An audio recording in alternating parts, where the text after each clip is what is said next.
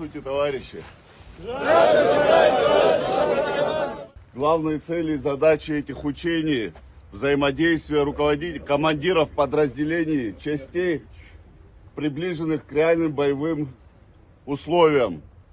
Очень важно, чтобы сегодня молодые ребята, новобранцы, имели возможность практиковаться и получать опыт у своих старших коллег. Сегодня очень много здесь я вижу ветеранов Отечественной войны. Среди вас ваши сыновья, представители более молодого поколения, которые должны и призваны служить своему Отечеству и перенимать весь опыт, накопленный у наших ветеранов.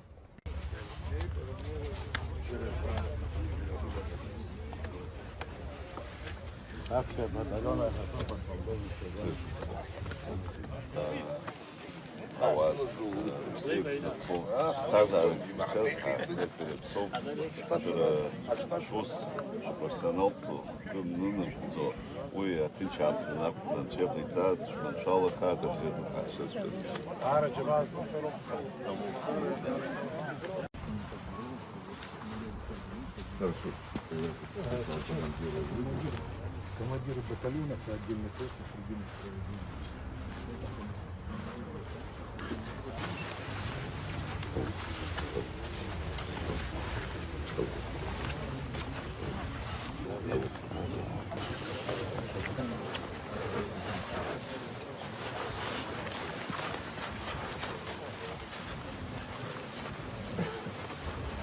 военный комиссар